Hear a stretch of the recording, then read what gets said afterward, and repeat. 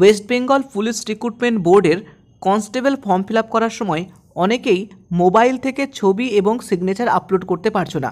কিভাবে সহজেই তোমার মোবাইল থেকে ছবি এবং সিগনেচার আপলোড করতে পারবে তার সম্পূর্ণ তথ্য দেখাবো আজকের ভিডিওতে।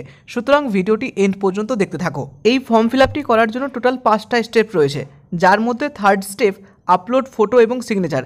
এখানেই সবার সমস্যা হচ্ছে, তো এর সমাধানটাই দেখাবো এই ভিডিওতে। তুমি প্রথমে এই ওয়েবসাইটে এসেই উপরে যে 3টে ডট অপশন রয়েছে সেখানে ক্লিক করে একদম নিচে চলে আসো। ডেস্কটপ সাইট যে অপশানটি তুমি দেখতে পাচ্ছ সেখানে ক্লিক করো।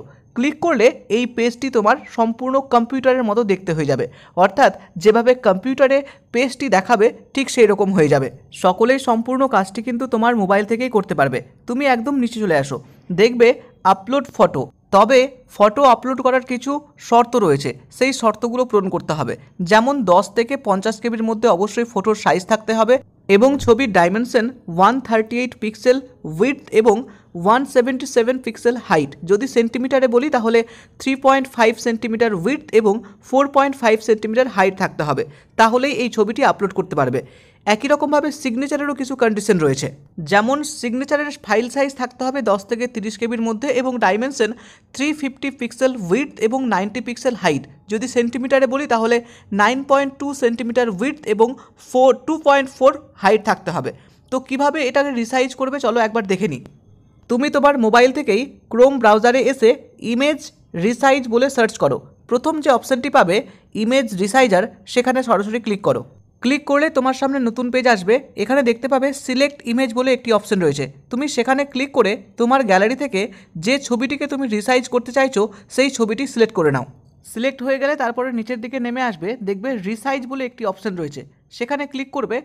প্রথমে এখান থেকে লুক আসপেক্ট রেশিও যে অপশানটি আছে সেখানে ক্লিক করে এটাকে তুলে দেবে। তারপরে দেখো উইডথ এবং হাইট লেখা রয়েছে, পাশে দেখো পিক্সেল লেখা রয়েছে। তুমি উইডথের জায়গায় 138 লিখবে এবং হাইটের জায়গায় 177 লিখবে। লিখে নিয়ে তারপরে একবারে নিচে চলে আসো, দেখো এক্সপোর্ট সেটিং লেখা রয়েছে টার্গেট ফাইল সাইজ, অর্থাৎ তোমার যে সাইজের ফাইলটা করতে চাইছো। আমি এখানে 30 করলাম, তারপরে একদম নিচে চলে আসো। এখানে এসে দেখতে পাবে একটি রিসাইজ অপশন, তুমি রিসাইজে ক্লিক করো। রিসাইজে ক্লিক করলে তোমার যেটা অরিজিনাল সাইজ ছিল ছবির এবং এখন যে রিসাইজ করার পরে যত সাইজ হবে সেটা আউটপুটে দেখাবে। অর্থাৎ অরিজিনাল সাইজ দেখো 2.49 ছিল এবং আউটপুট যেটা দেখো 17 KB হয়ে গেছে। জাস্ট এখানে এসে ডাউনলোড ইমেজে ক্লিক করো, তোমার ইমেজটা ডাউনলোড হয়ে যাবে।